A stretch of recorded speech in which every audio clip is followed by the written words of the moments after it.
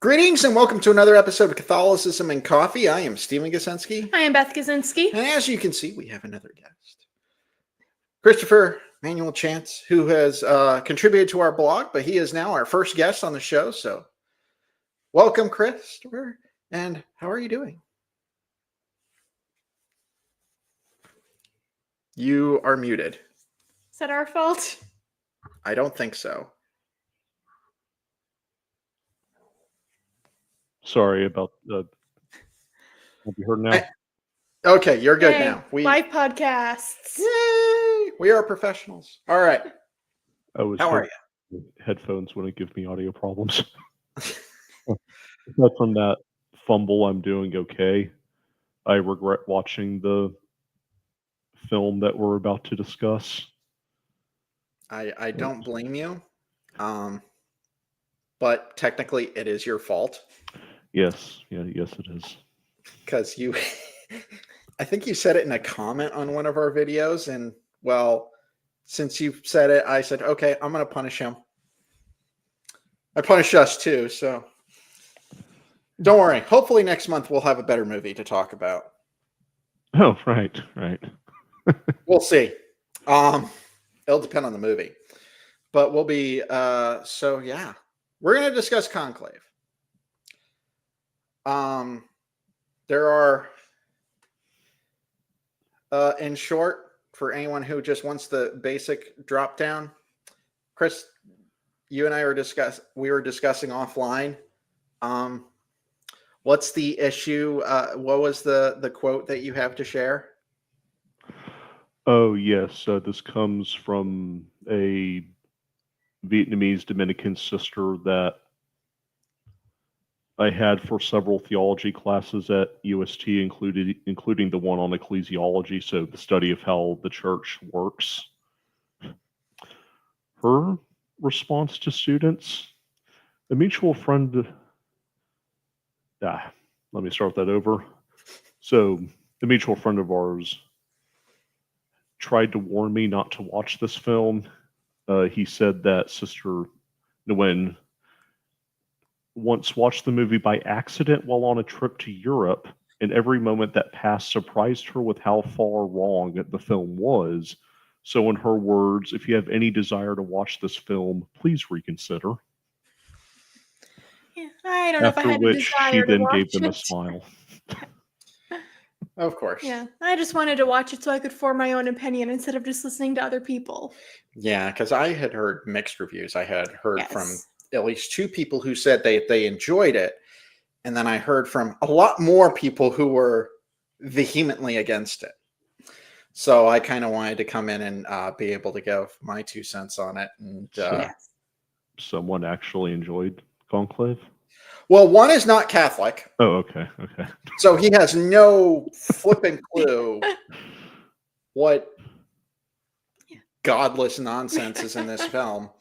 And the other one is, shall we say, he was looking at it from a film perspective versus an actual Catholic theological and I can't say that word. Ecclesiastical? Yeah, ecclesiastical perspective. So, yeah. If I had to summarize my review in just a couple sentences, I'd say if I were not Catholic, I think I would like this film a lot because it is overall well made. As a writer, I can appreciate the story, but as a Catholic, I'm just like, what have you done to my faith? This is not what the church is like at all. And if I were to go and write in a different culture and portray it in such a terrible way, people would come after me. Oh, our heads would be on a platter. Yes. And it's like, why are you writing about something that you clearly know nothing about? Yeah, this character is not the guy who wrote the original novel and probably the screenwriter. I don't know much about the screenwriter. I read about the original novel writer. He's a total Looney Tune who has no clue how the church really works. Yeah, if I just focused on the filmmaking and acting, that would probably be a majority of the good things I would say for it. Mm-hmm. But, like all heresies, it looks good on the outside until you actually go in and really pay attention to what makes it up. Yeah. Oh, my gosh. So, what should be our So positives of the movie. Let's see.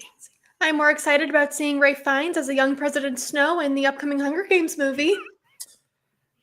Because now I can see him as someone other than Voldemort. Yeah. Oh, I'd seen him in other stuff too. Yeah, I hadn't seen him outside of Harry Potter much, so I'm just like, ooh, he is a really darn good actor. Oh, he's a fantastic actor. He earned his Oscar nomination. He earned his Oscar nomination. Yeah, I wonder how many people who only see him in Harry Potter are surprised he has a nose.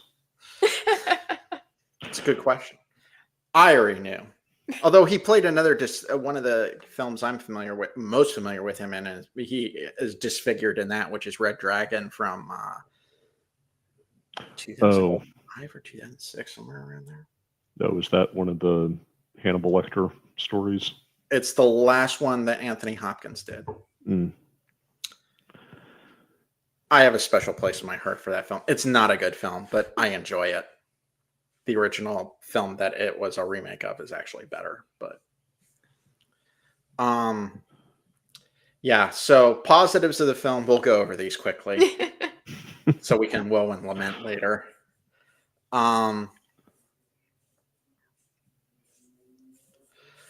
The acting was excellent, great cast. Yes. Some great actors in there: Ralph Fiennes, Stanley Tucci, Isabella Rossellini. Some great acting, as I said. The music is excellent. Oh yeah. Production design is top notch. Yeah. The visuals, the it was shot well. It didn't need complicated camera work, but it was pretty solid. I mean, it wasn't a heavy effects film. No. But yeah, the script is just it was a bloody nightmare. Yeah, I think if you look at it just as a political drama and not a Catholic film, it's like, this isn't so bad. Because if I can suspend my disbelief really, really, really far and be like, oh, they're talking about some random country I've never heard of and how their election works, but like, this is cool. This is interesting. I'm like, this is the Catholic Church, and my personal opinion is I don't want all these politics in church decisions. It's just, no. Yeah, no, I was thinking that it was going to end up being a murder mystery, the way some of the plot beats were going. Yeah, I was kind of hoping for that. It would have actually made for a better movie. Maybe we just watched too much Father Brown. That's probably part of it. You know, if it was a murder mystery, my two suspects would be the characters played by Tucci and John Lithgow, if they had gone that route. Mm-hmm. There were a couple of times I thought that they were going to expose that Lithgow iced the Pope, but obviously not. Yeah.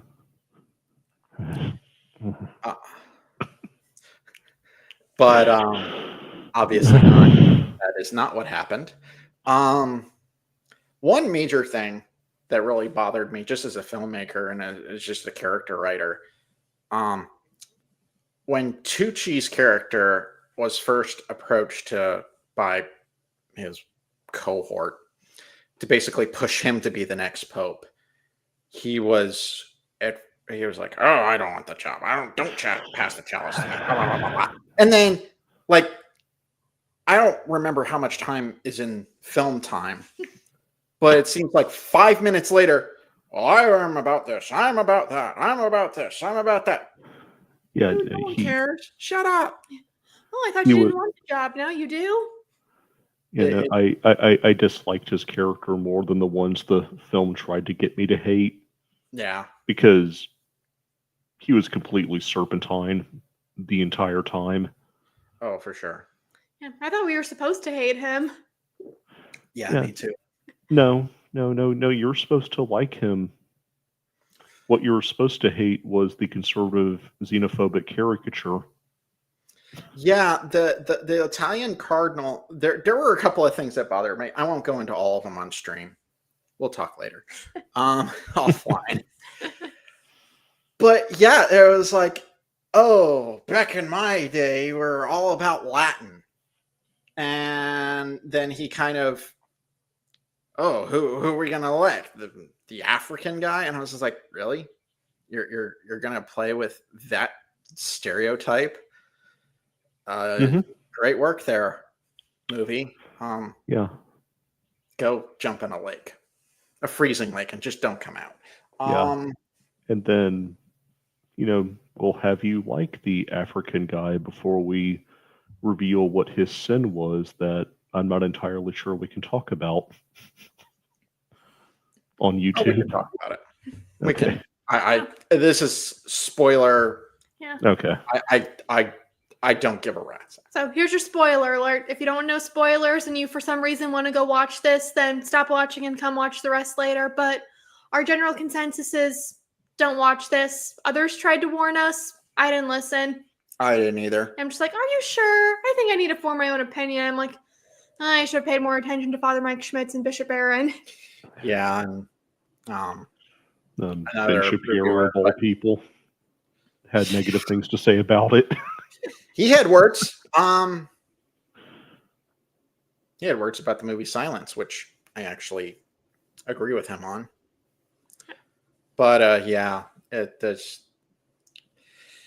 And so, Chris, just as a person who enjoys film, because we're both a bit of cinephiles, what is more frustrating for you?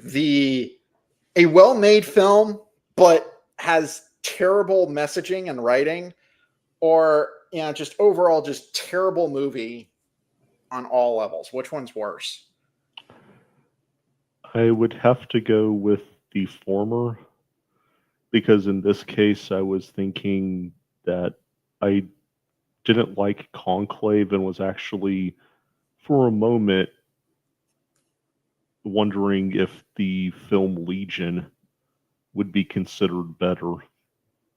Oof. Mainly because at least Legion doesn't try to pretend to be theologically accurate, and that film has its own problems from both a theological and film writing perspective. Good friend Doug Jones is in that movie. And I also might be biased on Legion because that's a guilty pleasure. It's not the worst guilty pleasure to have. I have my guilty pleasure movies. The moment Gabriel started doing Wing Fu against the human survivors, it was like, this is the best film ever. There you go. I haven't watched that in forever. I tried watching it and I think I fell asleep. But yeah, I think my father and I snuck into theaters to see that. Nice. But yeah, so oof. Okay, so let's get into the nitty-gritty here. First thing I noticed, when the Pope died in the opening of the movie, Ray Fiennes does this half-baked crossing of himself. I hate when movies do this. Drives me, the half, it drives me up a wall. A cardinal should know better. For heaven's sake. Oh, no, but it's okay because the film wants us to know that Ralph Fiennes' character struggles with prayer, even though he was in a very trusted position among the College of Cardinals.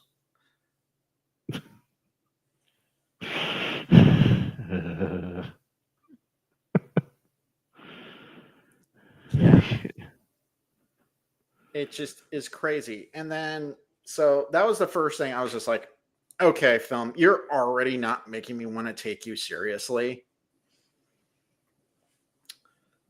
So there was that. We discussed this a little bit before on a little bit earlier in the stream about the conservative Italian cardinal. They painted him as a caricature, which was really good wording on your part. And they were like, oh, he's going to undo 60 years of progress, blah, blah, blah, blah. I'm like, where are you getting this from? I cried inside when I heard that line. Like, oh, that's the interpretation of Vatican II they're going with. Oh dear. Yeah. They obviously haven't read the document. I don't think anybody who has that interpretation of Vatican II actually sits down and reads the documents. Yeah, anyone who was writing this film probably did not even understand what Vatican II is or what it accomplished. Or And what it that's was me for. being kind to the film writers. Fortunately, there was only one, so we can flog him later. Verbally, of course. Another thing that really bothered me, they took the Lord's name in vain a couple of times in the movie. I must have blocked that out of my memory. When did that happen? One point when Ray Fiennes confronts John Lithgow's character at one point, and Lithgow says, I'm just quoting. Oh, yeah. I'm like, get your behind a confession, John Lithgow. That's the first. That's the one time that stands out. It probably happened more times than that, but that just, I'm like, that's not right. Yeah, I think I was more focused on his character clearly trying to skirt around the issue that I honestly missed that. Yeah, so there was that. I don't think any of these the filmmaker or the screenwriter or the director have ever been to a Catholic mass, because I have been to several masses with bishops. Several. Cardinals are above bishops, yes, I know. But I have never, ever seen someone else remove their taller hat, their mitre. Never. It's always themselves. Then they hand it to somebody else. But I have never seen them do that. Yeah, the first thing I noticed in the mass, because, it's all pretend, the real mass wasn't occurring there to begin with. But the first thing I noticed in the scene shot was the scene very clearly showing that there was no corpus in this Catholic mass run by the Pope's most trusted advisors to select the next Pope. It was just an empty cross. Where's the body? Yeah. And the cross above the Pope's bed, no body. It was just a regular cross, no crucifix. Somebody did not do their homework. The production design dropped the ball there. Seriously. So there were a couple of things there. Oh, yeah. So you and I both really enjoyed that sermon he gave before the conclave began, right, Stephen? There wasn't anything off-putting about it that many YouTube videos and clergymen commented on. I'm going to actually quote it directly. Oh, no. Mostly because I want to see Chris break. Yeah, and this is a prime example of heresy. There's one nugget of truth in there, and the rest of it is bad. Yeah. It's an excerpt. I'm not going to quote the whole thing. I'm going to get to the good stuff, though. Certainty is the great enemy of unity. Certainty is the deadly enemy of tolerance. Even Christ was not certain at the end. My God, why have you forsaken me? He cried out in agony at the 9th hour on the cross. Our faith is a living thing precisely because it walks hand in hand with doubt. If there was only certainty and no doubt, there would be no mystery, and therefore no need for faith. Let us pray that God will grant us a pope who doubts, let him grant us a pope who sins and asks for forgiveness and who carries on.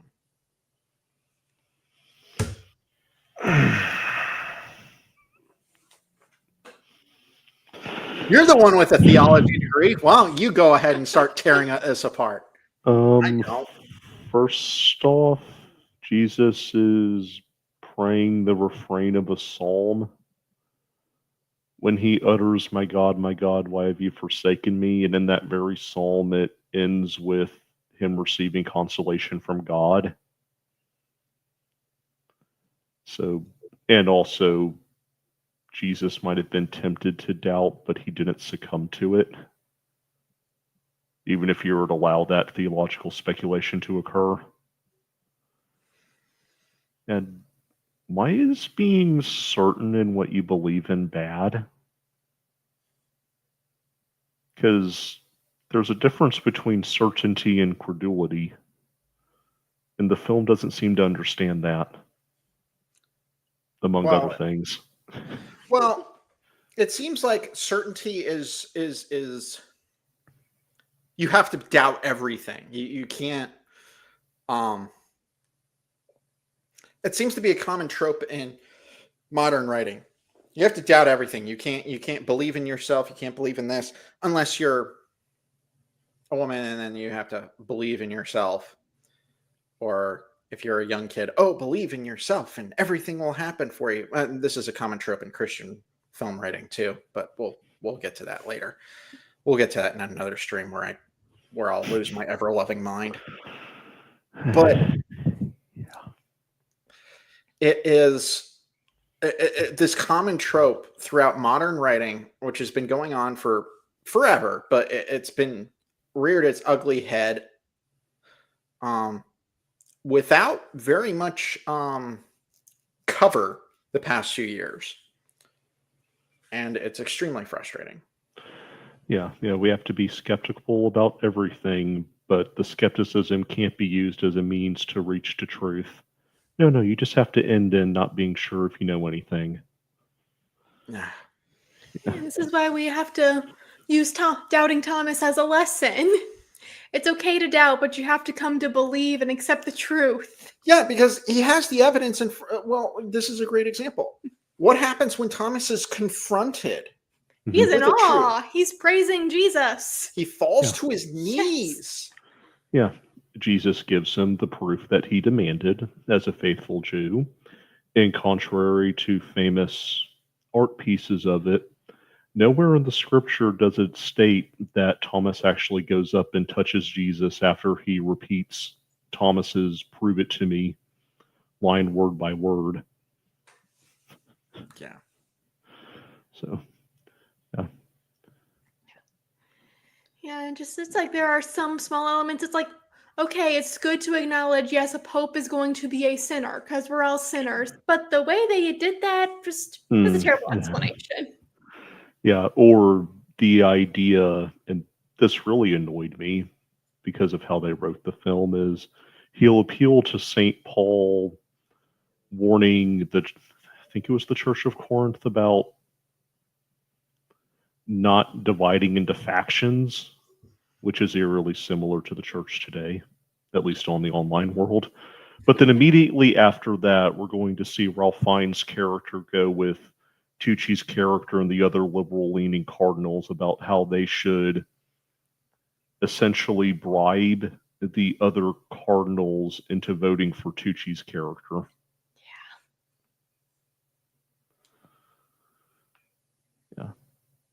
Yeah, that, and I'm sorry, film writers, but tolerance and having a diversity of knowledge and opinion is not the same thing.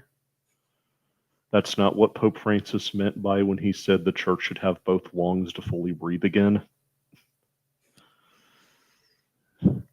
Because we all know what they meant by tolerance when they said it. Yeah. I think that was actually Benedict who originally coined that. That wouldn't surprise me.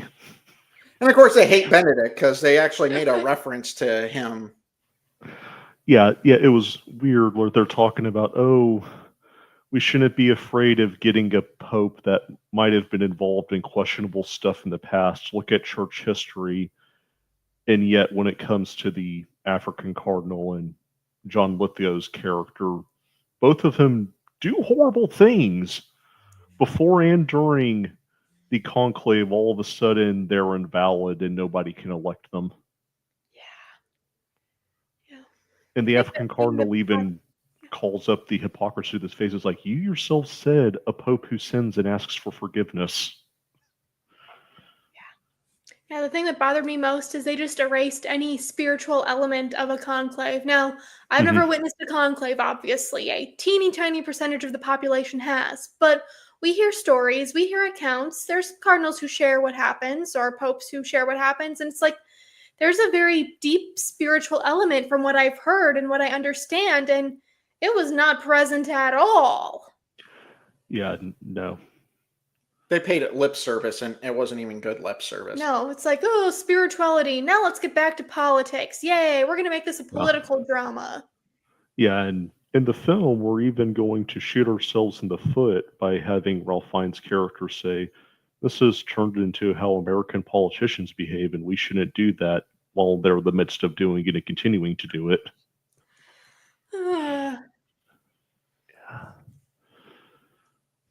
Yeah, they set this in saying, let's use American politics as an example. If they set this in saying, oh, this is how we're going to elect the Speaker of the House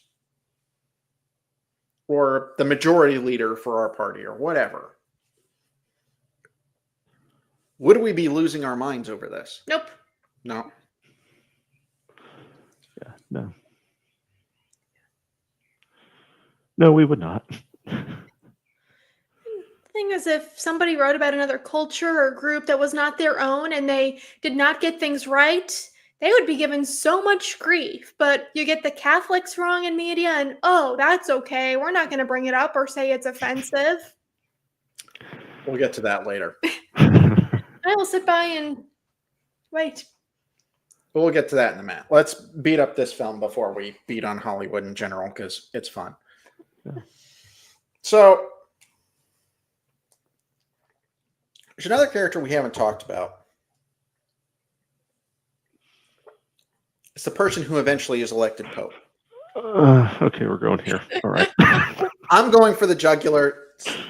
It's your fault, Chris. I wasn't sure when in the conversation it would occur. Okay. And for those who are just joining us or didn't watch the beginning, here's your second spoiler alert. Okay.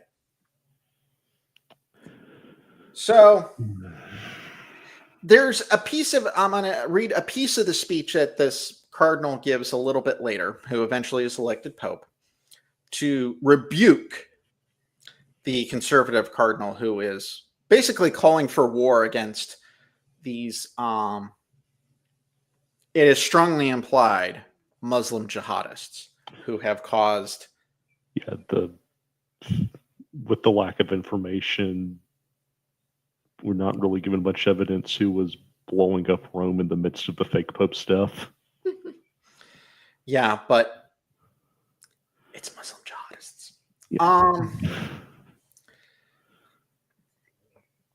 That's what they were strongly implying. Mm-hmm. Mm-hmm. The conservative Italian is calling for war. Yes. He must have a crusade. Yeah, he wants to have a crusade. Mm-hmm. So this individual is very problematic. Mm-hmm. And here's a little something that gave me my first hint that I'm like, okay, this person, I'm wondering if this cat is trouble. The church is not tradition. The church is not the past. The church is what we do next. Only one of those statements is true. The church is what we do next. But the church is tradition because we have the three-legged stool of scripture, sacred tradition, and the magisterium. And the church is the past because church is tradition. Catholics are about tradition. That has been a problem with our Protestant brothers and sisters. And some of the Protestant brothers and sisters are noticing this.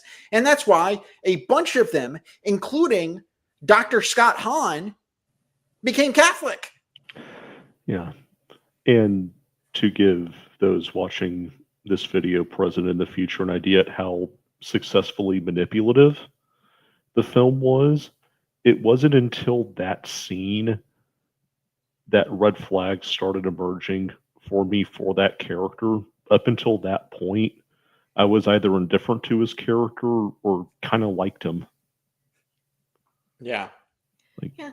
And another thing, I think it was that character who was a random cardinal showed up who nobody knows about. I'm just like, that is so unrealistic. Actually, I did some research on that. There are rare instances where of the Pope selecting undercover cardinal. bishops. Yeah. Mhm. And it's like, I know that happens, but I'm just like, now he's just randomly showing up to Conclave and nobody knows about Mhm. this. Because if the Pope's on his deathbed and he randomly, or not so randomly, but elected a cardinal recently, he'd say something to somebody. Yeah, and that was one of the 3 espionage-esque plot points the film had going on was, this is one of the mysteries. Why did this guy show up now? Yeah. What was he doing in Switzerland? Because I think it was in Switzerland or Sweden. I think they said the clinic. We'll get to that. Yeah. And I'd have to do more research on it, but I don't recall if the Il Pectore clergymen, what happens to them after the Pope, who knows of their existence, dies. Because the Pope actually does keep them secret from the outside world. Usually for places like Afghanistan where it might be ill-advised. Yeah. You say, hey, yeah, this is where our local Christian leader is. Yeah. So there was that. And the Pope is characterized as kind of vindictive. Yeah, and I told a mutual friend that the Pope had apparently given up faith not in God, but in the church. I could see his brain rebooting. Because, to quote him, that's basically losing faith in the same thing. Yeah. So yeah. That. Oh, as well as the Pope knowing the entire time the twist and allowing the twist to continue. We're going to talk about that. All right, Beth, why don't you get in your 15 cents here, because you've been kind of quiet. Oh, 15 cents on what? Just anything of the film that we have discussed thus far before Chris and I have a live meltdown on camera. I think I've made most of my major points. My thoughts have been coming and going since we watched the movie. And just the whole, like I said, the thing that bothers me most is how they politicize this very spiritual event. Yeah. Just so wrong, and just so many things that I'm just like, this is not accurate. Where'd you get your information? It feels like this film was created by, or the advisors were the typical, oh, I grew up Catholic, I was raised Catholic, I went to Catholic school, but I left the church because I disagree with this, this, and this. It's like, well, if you're not a real Catholic, you don't know anything, go away. Something happened recently in our neck of the woods that is really fueling our irkness. I'm sorry. It's okay. We'll talk offline. Yeah. So the twist. All right, Chris, which one of us should do it? Rock, paper, scissors. I guess as the calm before the storm, that will be you getting angry first. To quote Ben Shapiro, of all people, guess what, Catholics? According to this film, your new pope is a biological woman. Yeah. Which makes no bloody sense. I have my own special rants for this, but I know you've been holding it in for more than 38 minutes at this point.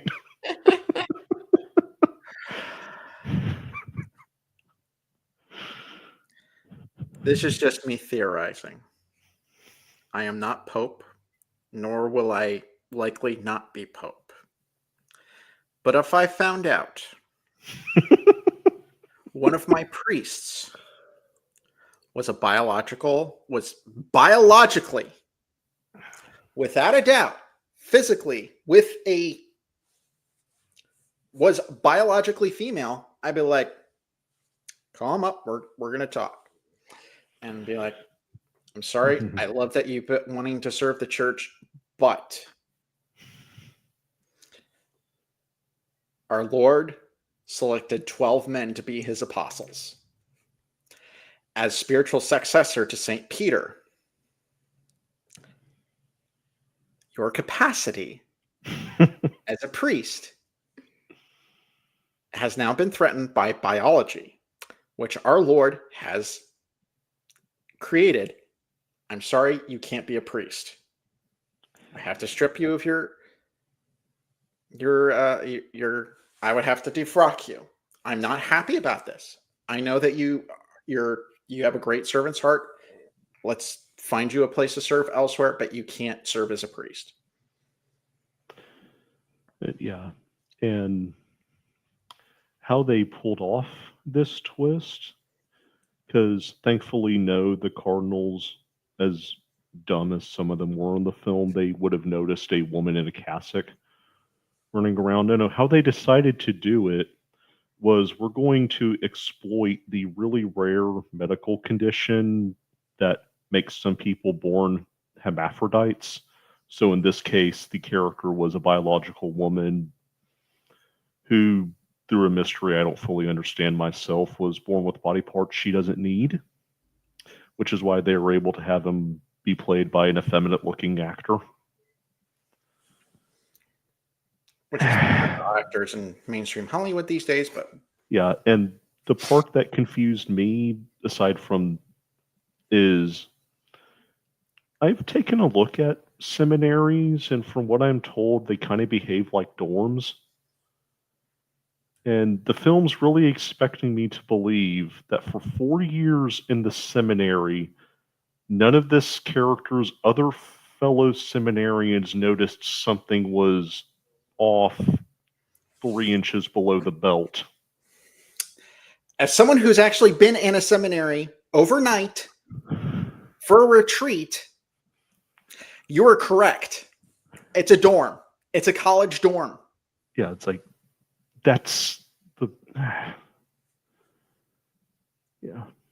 And the character is self-aware that what he's doing is an invalid process, because that mystery on what he was doing for the clinic was to remove his biologically correct parts from his body before he decided not to.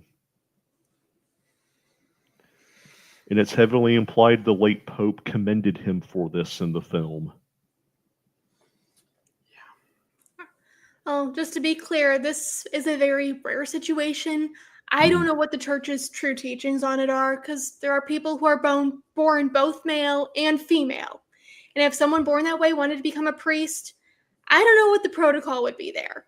But that's not for me to say, and that's not a slippery slope I'd want to get into. I wouldn't. Yeah.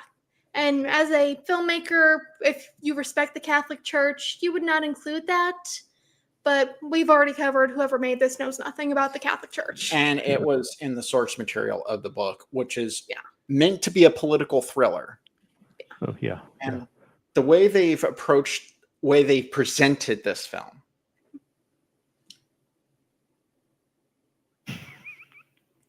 they made it sound like it's gospel. Yeah. Yeah. And for those already outraged that people in Hollywood would exploit a rare medical condition as an allegory for transgenderism, they nail it into the audience, pun fully intended, by having this guy pick his papal name as Innocent.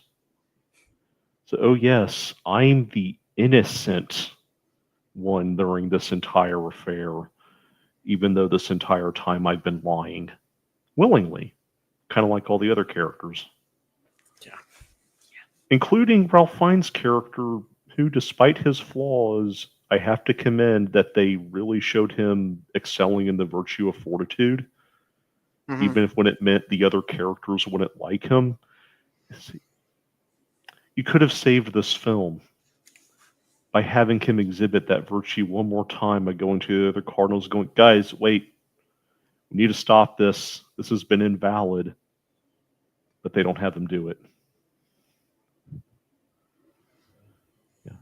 The same character that breaks into the essentially deathbed of the Pope to uncover massive simony is all of a sudden going to cower when he finds out that the person who had 100% confidence in voting by the other Cardinal has essentially lied to them this entire time. Yeah.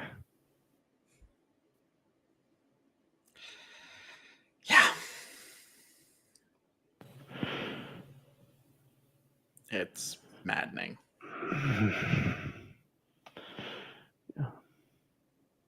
Oh, yeah, and I don't remember if it was mentioned on the live stream or not, but they also messed up the seal of confession in the film. We have not talked about we that have yet. not. It's heavily implied they did with the way the scenes Yeah. were structured. Because, yeah, sure, it was perhaps good of him to confront African Cardinal, but he mentioned information that only could have been acquired through confession to the Cardinal immediately after the scene where he tells the traumatized nun, "Would you be willing to talk with me if you do so through confession?" Yeah, that just seemed like a sleazy move. It was sleazy. Yeah. He broke the seal of confession, and frankly, he should be defrocked for that. It makes me appreciate Father Brown more. Yeah. Because he finds out a lot through confession, but he never breaks the seal of confession. And he doesn't use confession as a way to find things out. Nope. Mm-hmm. Yeah. Yeah, and that also gave me mixed feelings when the African Cardinal calls John Lithgow's character Judas after John Lithgow's character was revealed to commit massive simony. Because, yeah, I guess that charge is warranted, but it's also awkward when it's your character who's saying this after what was revealed, even though you were also clearly repentant to a certain extent of what you've done. I say certain extent because it wasn't perfect, but Yeah. By the way, if anyone's wondering what the heck is simony, it is the sale of. It's basically bribing. With church relics. yeah, or the sacraments. Yeah. Which, no, is not the same thing as giving the priest or deacon a gift after you receive said sacrament. In that case, the priest and deacon hopefully would have to be really careful about how they receive said gifts. Yeah. So that it doesn't create this impression that you can just buy your way. Yeah. Into sanctifying grace. Yeah. Is it a true gift or is it a bribe? Yeah. Any strings attached? Mm-hmm. Yeah. Oh, it just reminded me, wasn't it Stanley Tucci's character who told Ralph Fiennes' character kind of implied that he needed to be more loyal to the governing body of the Roman Curia than to God? Yeah. I wasn't imagining that. Nope. That actually happened. And when Ray Fiennes was like, shouldn't I be more, with the church? And he yells at him, "Don't be naive." Yeah. Yeah, especially in that scene when they were talking about whether or not they should investigate and expose corruption that they've been ignoring. For apparently years. Yeah. Because, that was one of the other mysteries. What did John Lithgow's character do that had the late Pope tell him you need to resign? Because, of course, given recent church history, that could have been any number of sins. And I was like, oh no, what are they going to have happen with this character? This is an actor I like. What are they going to do? Also, John Lithgow playing villains lately. He was a villain in The Accountant, which was fantastic. He played a villain. I think it was the 4th season of Dexter. Yep. Yeah. Yeah. Yeah, where he convinced you that he could be a murderer of children in that show. Hey, you're an actor. You're needing a paycheck. I mean... Yeah. Yeah, and this is the same actor who could also make you have to pause the TV because you're laughing too hard when he played the alien in The Third Rock from the Sun. It's true. Especially when he milked the leather pants for all it was worth.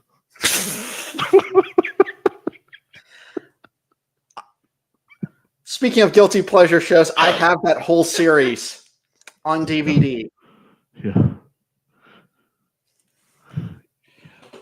Oh and you know, in that scene, he milked it for all it's worth because he was deliberately standing at the actress whose name I forget, waiting to see if she would break, like purposely trying to get her to break on screen, which she does. Mm-hmm. Yeah. It was Jane Curtin, right? I don't remember.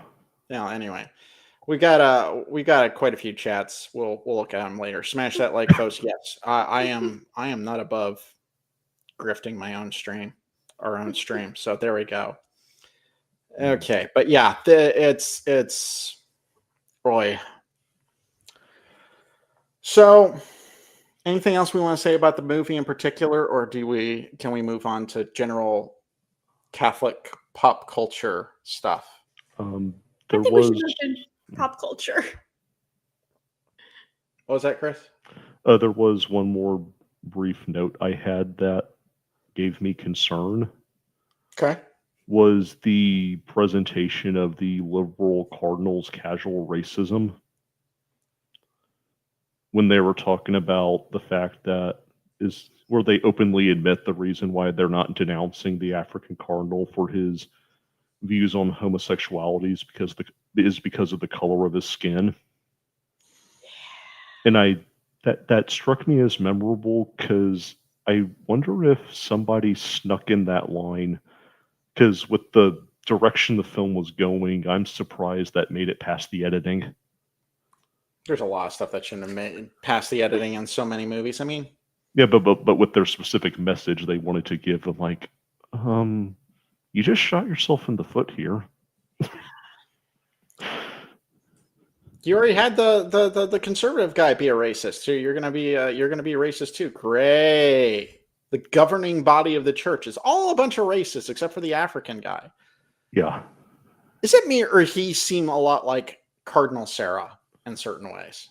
I got the vibe when they mentioned his stance on homosexuality. Granted, I don't know if Sarah in real life has it to the extreme the film presented it, but yeah, I was thinking like of a caricature of him. Notable African bishops when he was one of the ones they showed just kind of walking in all. Yeah. Oh, you've muted, Chris. We're professionals here, folks. You're still muted. I didn't mute you, so don't blame me.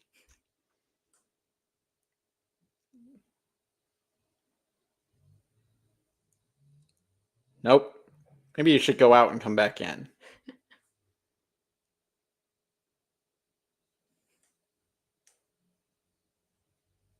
I don't know.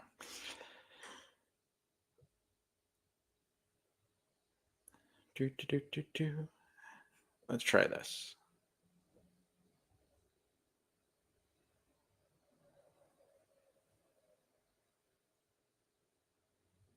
Nope.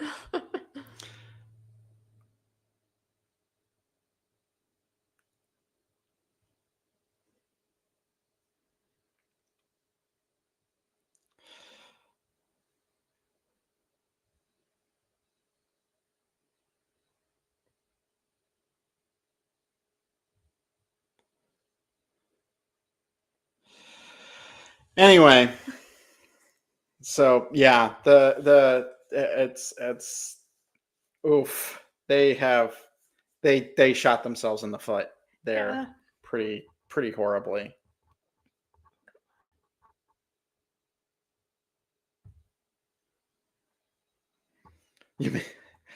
So yeah, it's pretty bad. So I'm going to go back to we'll discuss more of the film in a second when Christopher gets himself situated. So this is not the first anti-Catholic film that Hollywood has brought about. Okay, so There was a film that got a lot of Oscar buzz. There was a film, I forgot what year. Chat can tell me later. Called Spotlight, which was about I believe it's the Boston Globe breaking the story on the pre-sex abuse scandal. And so the film became, so it got a lot of Oscar buzz. People were all crazy about it. It was going wackadoo.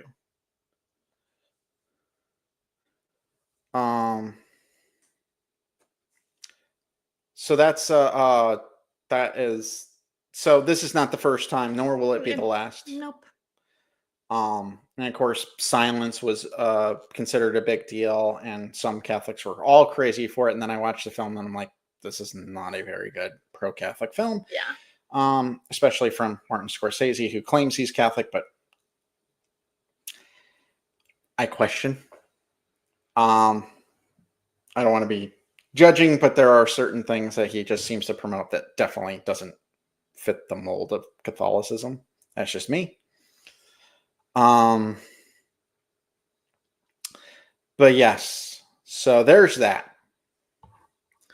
Okay, Christopher, do you want to give a sound check?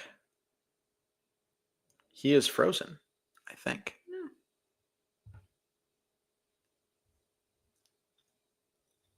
Oh no. Here's what we're going to do. We're going to remove Christopher.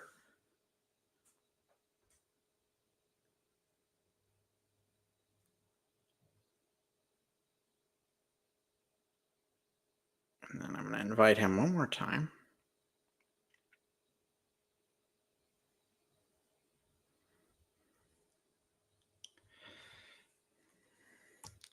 Hold on just a minute, folks. I'm going to...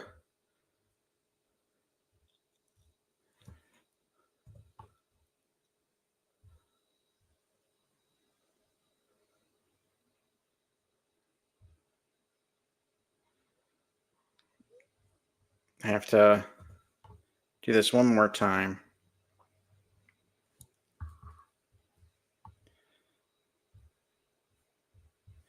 Maybe we can get him back. So give me 1 minute, please. Beth, you talk. Oh, I have to talk. What should I talk about? Whatever.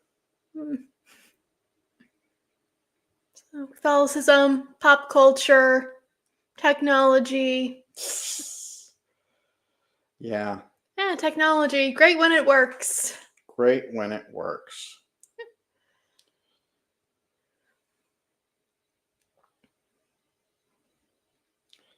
Okay, give me 1 second. I'm trying to get Chris back so we can talk more.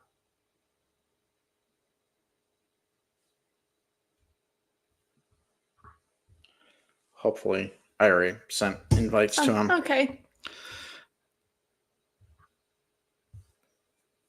So...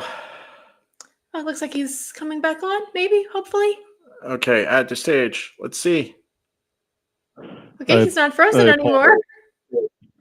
Ooh, yeah, it worked. I apologize for that. My computer had audio problems, then it decided to freeze, and I think I briefly lost internet.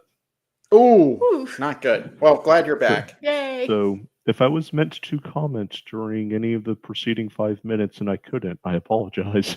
No, you're good. You're good. I was just going into Catholicism in Hollywood. Catholicism in Hollywood, which is funny enough the title of one of our blog posts. But I was talking about how a lot of anti-Catholic films seem to be on the rise because we had Spotlight a few years back, which was about the breaking news on the pre-sex abuse scandals. Got a lot of Oscar buzz. Mark Ruffalo, the nitwit that he is, was protesting in front of a Catholic church just to show solidarity with the film. Well, it's okay. He's also an expert in nuclear physics, according to him. Yeah. So we can be self-proclaimed experts now? Apparently. But yeah, there's the So there's that. And of course, Silence, which, oof. Yeah, I enjoyed parts of that film, but what I didn't enjoy was them trying to make the apostasy at the end seem like a good thing rather than the tragedy that it was. Yeah. It's like that film almost had potential because there were a lot of good points up to it up until that ending. Yes. Yes. Yeah. So, any other thoughts before we go to comments? Well, if you're going to portray Catholicism in media in any way, whether you're Catholic or not, it's important to get the details right. Mm-hmm. Because if I were to write a movie or a book or something, I wouldn't make a main character a Buddhist monk because I know nothing about being a Buddhist monk. And it would take way too much research to be worth my time and creative energy. It's like if you're going to write about Catholicism, do your actual research. Or if you don't know anything about Catholicism and you don't want to do the research, then just don't write about it, but don't get it wrong. That's disrespectful to our culture, if you want to call it that. It is our culture. Yeah, it is our culture. And it's like, if we're going to write about someone else's culture, wouldn't they want us to be respectful? Yeah. We'll be going into that probably on our next blog post at the end of the month, but yeah. Yes. So let's go to comments really quick. So Rita Jimenez said, I thought it was fascinating, like the actual Vatican. The film needs more females. Thank goodness for Isabella Rossellini. Isabella Rossellini gave a great performance. Oh, was she the one that played the head nun? She was the lead nun that you heard the most from. Okay. Yeah, she was good. Like I will give the film that. The acting was good. Yeah. The other part, I can't comment on. I could, but I won't. Fitz is free funds. Paying attention to Bishop Barron and Father Schmitz is generally a good idea. In comment to your, in response to your, I do pay attention to them. I'm just like, maybe I should see this movie for myself, even though they told me not to. Yeah, so it was good to talk about that. Yes. Pick and choose, friend of the show. Just showing up, I see things a bit different. I have a feeling we likely had quite a few priests, etc., throughout history who were intersex without knowing it, and I am confident it had zero impact on the sacraments. I don't know theologically if it would have impact on the sacraments. Yeah, like we mentioned, this is a very rare case. Yeah. If there were priests who had this, there were probably less than I could count on two hands. Probably. Yeah, because it's very rare, and we don't know what the protocol would be because we're not in charge. Yeah. And I think it would also depend on the sacrament as well. Yeah. And some sacraments require a validly ordained priest and others don't. Yeah. Also from Pick and Choose, as storyteller, I think it's a fascinating twist that is totally possible. It is a fascinating twist in other contexts. I would say he at least follows up with as a storyteller, not saying I am a storyteller. I mean, I'm analyzing the writer as storytellers. I am a storyteller. Certain instances, yes. Yeah, as bad as the twist was, I wouldn't have minded it if this was a alternate universe where Ralph Fiennes' character actually retains his courage and goes to the other cardinals and says, hey, I know we might have another Siri conspiracy theory, but we accidentally made an invalid election. We need to go back and do it again. I think the current political climate makes it more scandalous or something than it needed to be, but if we just view the story on its own outside of the recent trans hysteria stuff, the current political climate does not help matters, and the way it was portrayed in the film made it worse. Yeah, I felt like the writers were saying, oh, we want to show Catholics they can have a woman pope, and this is how we're going to make it work. It's like, that's not how the Force works. Yeah. Overall, I thought the movie was mid, as the kids say. Yeah, it was mid. Yeah. With piss poor writing. it felt too sleazy and soapy. Yes. Yeah. Also, if I'm pick and choose, I wonder if the rowdy conservative guy was inspired by Pizza Balla, even though the personalities don't match at all. That is a good question. There was also when there was the question of who would be the next pope after Pope Francis died, there was another Italian bishop, cardinal, who was considered very conservative. I wonder if it was based on him or Pizza. Yeah, I feel like Pizza Balla didn't get a lot of press until the actual Conclave, the real life one that the movie came up. Yeah. If that character was based on the Patriarch of Jerusalem, I don't think it would have been personality-wise, because this was the guy that got famous in the media by offering himself as a hostage to terrorists to get children released. And unlike that character, Pizza Balla doesn't appear to have any enemies among his fellow bishops and cardinals. Yeah. And in the context of the film, that character was apparently very vocally. Yeah, it did. The Pope. They went out of their way to make him as unpleasant as possible. Yeah. Now, this is just our opinion. Maybe the writers had completely different intentions from us about who was based on which cardinal.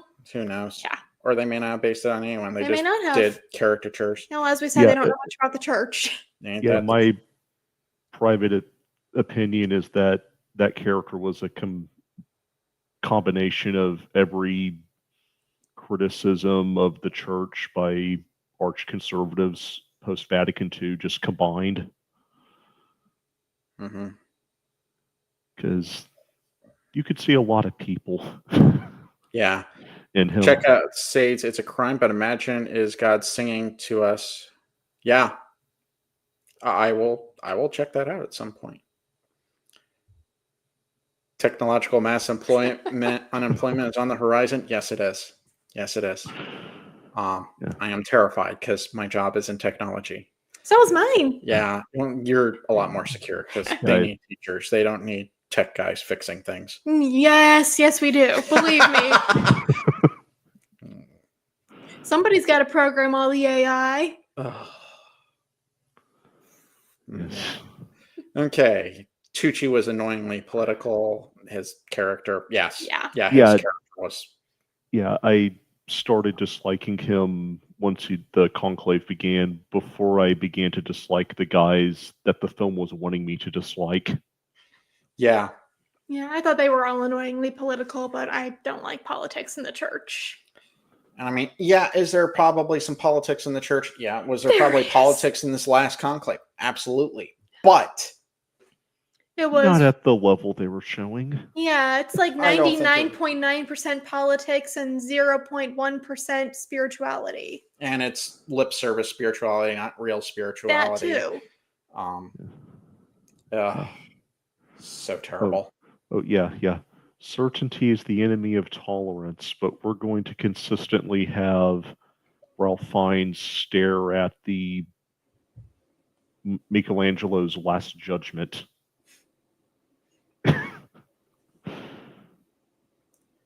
Those aren't the same messages, film. I'm sure the critical drinker would have words to say if he was coming at it from our perspective. That would be very crass, but I would allow it. Honestly, I'd be surprised if he would even review this film. I mean, I know he reviewed Sound of Freedom, but I don't know if this would be in his radar. It would not. Pick and choose. The rowdy conservative wacko was more entertaining to me than annoying. I totally agree with his royal use, but he was funny. Oh, he was hilarious. I loved his character. It's funny enough. There were aspects of him that kind of remind me of someone on the other side of the church political aisle. I'm like, movie, make up your mind.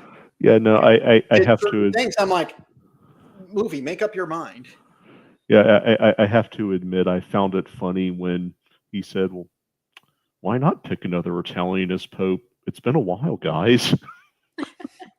That was great. Yeah. I mean, I would be okay with it because we haven't had one. It was pre-JP2. It was Paul VI was the last one. Paul VI was the last one. No. Can't remember JP1. JP1 was the last one. He was the last one. Yeah, that makes sense. Yeah. So there you go. We have a little bit of time. We're a little over an hour in. We're not going to go too crazy here. We promise. Yeah, I thought we were going to go on for at least 6 hours. Oof. I'd fall asleep right here, but that's okay. Who knows? That's all right. I'll carry you to bed. I just turn off the. Okay, we kind of sort of have our first black pope, huh? Well, I don't know. With Leo XIV. Yeah, well, his heritage is like French Italian or French German. Yeah. Yeah, because a born American but dual citizenship in Brazil. Yeah. I think I heard something about one of his ancestors, but I'd have to read back up on that. But who knows? Whatever. Just please be a good pope. Yes. That's all I care about. Glad you have the cape again. Yeah, his name should comfort people. Yeah. At the very least. Oh, it made me grin. Yep. Yeah. At least it wasn't innocent. Oh, no, I do not want to see a pope innocent in my lifetime. This is very dear. sad. Yeah. We did to besmirch a great papal name tradition, Conclave. Good gravy. So,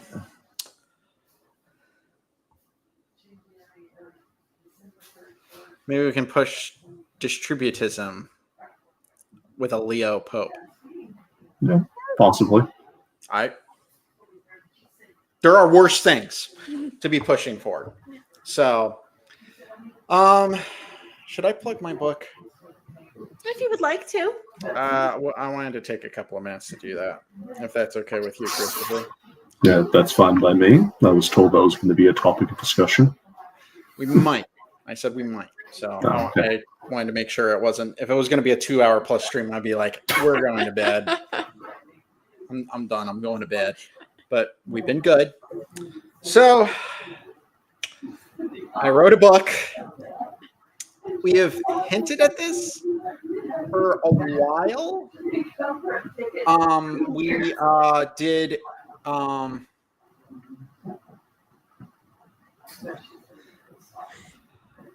Pick and choose, man. You're fine. Yeah, You're keep fine. them coming. Gives us something to talk about. No, it's okay picking. It's normally me that ends up lonely on the comment feed on YouTube. now you're not quite as alone on the show, so it's okay. It's all good. Anyway, so I wrote a book. I'm putting the finishing touches on it. We'll be publishing it on Amazon within the next week. Christopher was kind enough to look over the book and give some comments and wrote an excellent foreword. We'll be doing it's called Film Forming Faith, where I will be talking about various films that have helped strengthen or helped form my faith, which I go both film nerd and theological nerd, and we kind of build that up and have a blast with it. And go about through 12 movies, because I thought 12 was a good number. Our Lord picked 12 apostles. And before that, 12 tribes of Israel. So 12 tribes of Israel. So, 12 appears in the Bible, and I was able to narrow it down. I needed to have a good number, but also narrow it down a little bit so I didn't go too crazy. That way I could write about enough films to make the book worthwhile. So we did. So I'm breaking that out. That'll be hopefully going out next week. We'll go into more depth about that. Maybe some other podcasters will be desperate and have me on. I have no idea why they would want to do that, but they might. You never know. It could happen. Yeah. Talk to a few people. Be like, yo, I'll talk about my book. So, any other thoughts you want to add about the book? Because I'm feeling weird. What does Chris have to say about the book? Yeah, Chris, why don't you? Let's see. I'm trying to remember what I wrote for the foreword. Since, yes, for those who don't know, I actually had to learn how to write a foreword because this was the first one I ever wrote. But from what I remember saying, and this is funny because I know Stephen doesn't like talking about himself that much, but you're pretty much going to be invited into the way he thinks when he discusses the movies. And he does a good job talking about the different virtues as it relates to the films, and he'll cite both scripture and the catechism for the different sources. And some of the films might be shocking topics when it concerns the subject of virtue of vice that you might not expect. One of which concerns a certain recluse in a hotel. Funny enough, one of the podcasts I was watching, I watched their live today. But I listened to their live today. They talked about that particular film, and it made me happy. So, yeah. And on that particular film, if you're in for being psychologically disturbed, there was a pretty good, I think, 5-season TV show prequel. Yep, they actually talked about the TV show too. Yeah, where I tried getting into it, I couldn't. It took me out of it way too often. Yeah, I think psychological horror requires a certain audience. Yeah, well, my issue was it broke canon of the movie, and I love the movie. Yeah, a lot. At a certain point, they had to do their own thing. Mm-hmm. Yeah, but yeah, you know, Hannibal. That was also a good psychological TV show that disturbed me. And it just took one scene. Like, I can never unsee this now. I'm going to try not to fall asleep because this actually spooked me. I need to finish that. Yeah. I've been watching it, but I got pulled to the side, as I often do. Yeah. Mads Mikkelsen did a little bit too well of a job as the psychopathic protagonist. But yeah. I got pulled away. Did you all talk about the book? We've talked about it some, and then we kind of went on a little tangent. Do you have anything you want to add, Beth? I already talked about the book. You already talked about it? Yes, I talked about it in previous episodes. Okay. What have I not said yet? I don't know. Well, you wrote it. I've slept since then. But no,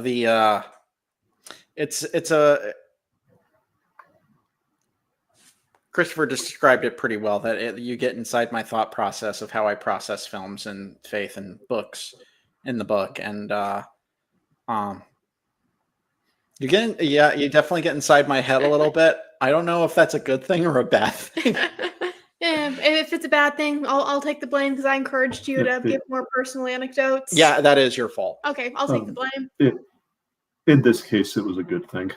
Okay, good. Yay! No blame for me. Okay, have you done or will you be doing a dedicated video about the book? Possibly, maybe. More than likely. More than likely. It's a good thing, even if it is a bad thing. I don't know about that. That's a little too moral relativistic for me. Yeah, there are certain people I know who I really don't want to get into their personal thoughts. Me too. But no, it was a great experience writing the book, as I call it, a film and faith memoir. I think I'm hoping it will, because there's this, I'll lament about this till the day I die, probably. There is this movement in Christian circles, and it's now seeping into Catholic circles, at least in America, that, all media except Christian media is bad. It's pretty black and white. That is a load of bunk.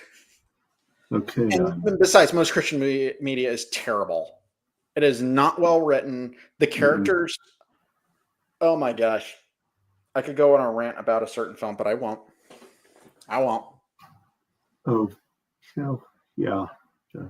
I'm actually thinking of this was a mockbuster they did of High School Musical, where they instead called it Sunday School Musical, and the only reason I know about this film is because of the channel Musical Hell, where she'll take bad musical films, sometimes objective, sometimes subjective, and talk about everything they did wrong. And one of the things they decided to do in the film, because of course, as we all know, Christian movies always have to have a sermon, no matter how cheesy or badly written it is. And part of this sermon was the advice that if you're feeling sad, you just need to chew a piece of bubble gum and blow all your problems away.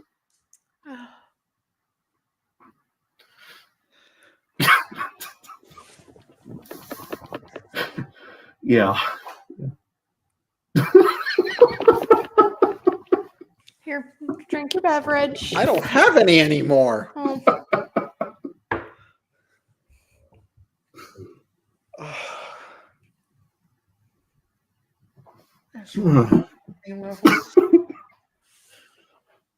Yeah. Someone who's done study of psychology and theology is so wrong.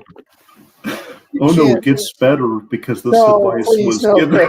I will literally break on camera. You're supposed to talk about the book anyway. I need to get back to the book. But no, yes. the book will... Yes, I'll have a Christian movie in it. It's actually one of the good ones. Mm-hmm. The gold standard, in my opinion. However, but anyway, there's this movement that says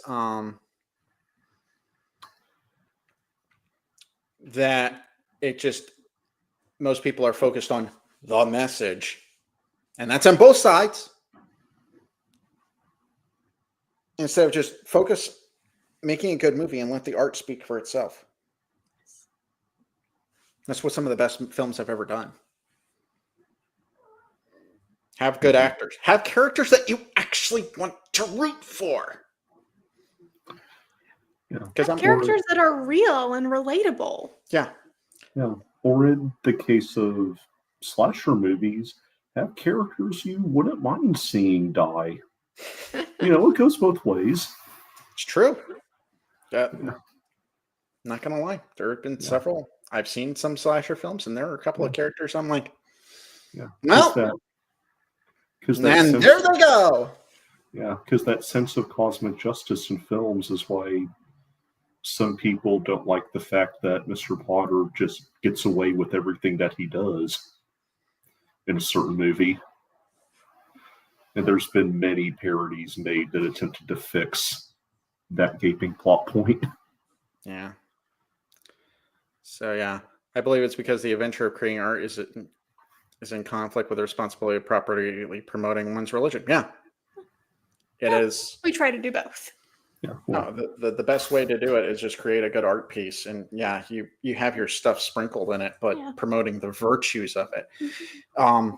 The problem is most art in both sides of the aisle, the virtues aren't there, or if they are there, they are promoted in a ham-fisted way, or they're not really virtuous because there's this lack of heroism in modern film.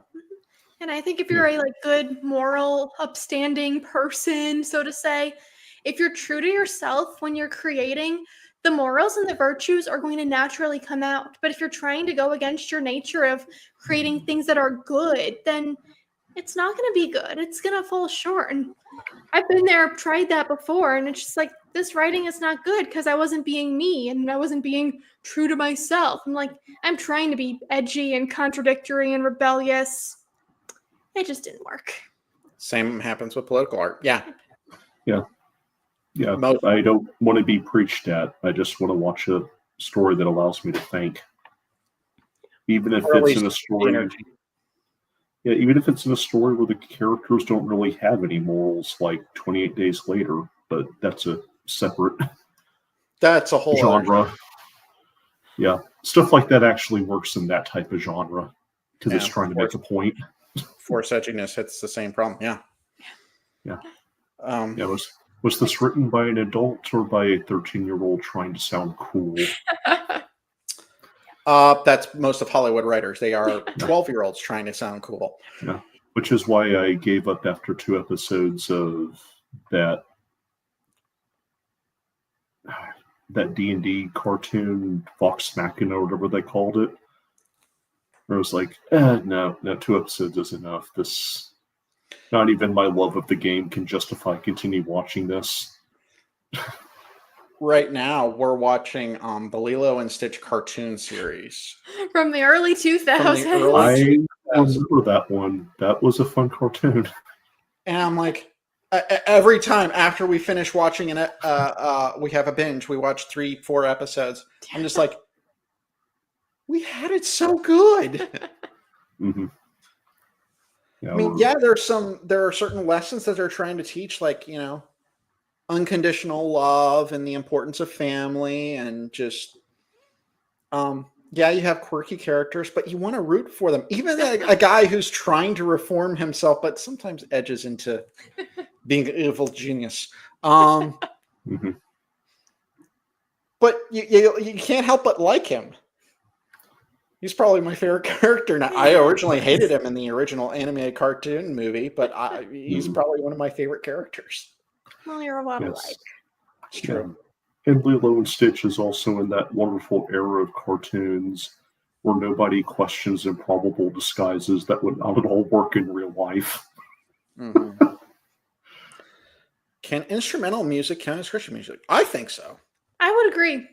As the probable musical expert around here, I would say it is. Yeah, because instrumental music can be very prayerful. That's why there'll be like instrumental preludes before Mass, or maybe after communion, during offertory, because it's just meant to add to the atmosphere, so to say. It's to create the environment that's prayerful, that's reverent. Mm-hmm.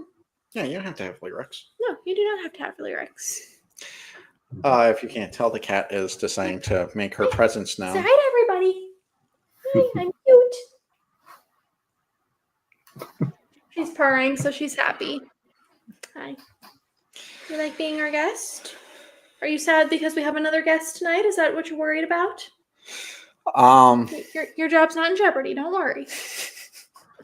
She is our mascot. She's our supervisor. Oh, right. And our mascot. So, anything else we want to go over? Oh, we've talked about the movie we were supposed to review. We've talked about your book. We've talked about film in general. The cat made an appearance. Christopher, you have anything to plug? No. No, I am quite boring, relatively speaking. Well, I think he wrote a foreword for a book that's coming out. Yeah, he did. We talked about that. Yeah. And it was a good foreword. I read it to Beth, and we both enjoyed it. Oh, good. I was concerned I might have talked about you too much in it. Well, she can tell me that, Stephen, you can let someone else talk about you. Just don't talk about yourself too much. I'm like, well, that's fine. We're not in danger of that. Usually I was telling you to talk about yourself more. Exactly. This needs more of a personal touch. Make me care about this. Make me relate to this. Yeah. I'm the worst editor ever. No, you're not. You made it better. In fact, I'm actually changed her mind about a couple of things, so I'm proud. Well, we better save that for another episode. That will be another episode. We'll talk about that on another episode. So, Christopher, you want to be back here in next month, and we can talk about a certain film? Assuming nothing catastrophic happens, that's the plan. Yeah, you don't have any weird riots or anything by you, so that's good. I don't have enough by me to really care. But, a lot can happen in a month, so I'm planning on it. So we'll definitely we'll reconvene in a month. I'll be talking to you offline, obviously. Yes. And We don't have any blogs coming from you right now, and that's okay because I actually need to write stuff again. Yeah, I took a little bit of a break because I needed to write the book. And I think I'm going to take a break about writing stuff for the forward unless I'm asked to. I think I've done enough for the moment. No, you've given us so much good stuff, and we really appreciate it because it was like, I mean, Holy Week, holy cow. Yeah, and that's also an example on what happens when you forget to limit yourself. Yeah, but no, it made for a very prayerful Holy Week. I went through it daily. Yeah, if you are watching this and you have not read Christopher's blogs on our website, please go to CatholicismandCoffee.com right now. Click on blog at the top. You can find several entries by him. And we've got some on there too, but they're not as exciting. They are not as fun. Yeah, my very first blog was a comment on Hollywood, so yes, I'll go back after this live stream finishes and figure out what was discussed in the 5 minutes I missed. It's all good, and we'll have you back on, and we'll be commenting on another film, and that'll be. I hope it's good. I actually hope it'll be more positive than our thoughts on the film we just talked about. Because I purposely have not watched any trailers for that film because I figured I'm going to have to be the optimist going in. You do that, please. Don't stay that way. Stay that way, because boy howdy, I am. I'm not quite the sweet summer child, but I'm also like, I really want this to be good, but I'm also very skeptical. Yeah, please don't mess up this character. Please don't ruin this character, because it hasn't been. I don't think the character has ever been truly ruined on film, but just several of the movies have just been bad. Yeah, well, as I mentioned with a certain actor in film in the forward, sometimes I find fault with the screenwriter than necessarily with the actor or character. I don't think we've had a bad portrayal of the character. Just the writing has been terrible in several of the films. Yeah. But we will discuss that more next month. We got to pick and choose. As Beth, I made a mix of mostly instrumental music that is my soundtrack to Holy Week. I'd love to share it somehow. We will pick and choose. You and I will talk offline. We'll get that over. And this guy handles most of our communication channels. Yeah, well, I'm the one with the communications degree. Yes, so you do. Better. And I'm the one with the writing degree, so I handle a lot of the blog. Yep, and that's fine. Yes. I'd rather it be you, so I don't have to do it. Yes, I get the joy of editing all of Christopher's submissions. They're actually quite a joy. I'm sorry. No, it's actually been. Beth has gotten back to me. We're communicating, and she's working on it sometimes while I'm at work, and she's just like, oh, "It's so nice. This is nice to actually delve into stuff and." Holy cow, my mind is blown and stuff like that. In a good way. Nothing, not breaking our minds like we were with this godless film.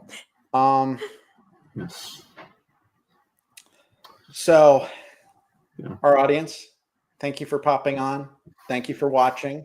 Christopher, thank you for coming on. Yes. I'm sorry I tortured you with this movie. You're not really sorry, are No, you? I'm not. It was actually your fault. It was just comeuppance. I was the one who had said I would really like to see y'all's reaction to this film. Yeah. And you saw it live with everybody else and how much pain I was in. Yes. And St. Paul, I wish to give you a heartfelt apology as you metaphorically roll on your grave from heaven at how 2 of your epistles were so grossly mismanaged in that infamous sermon.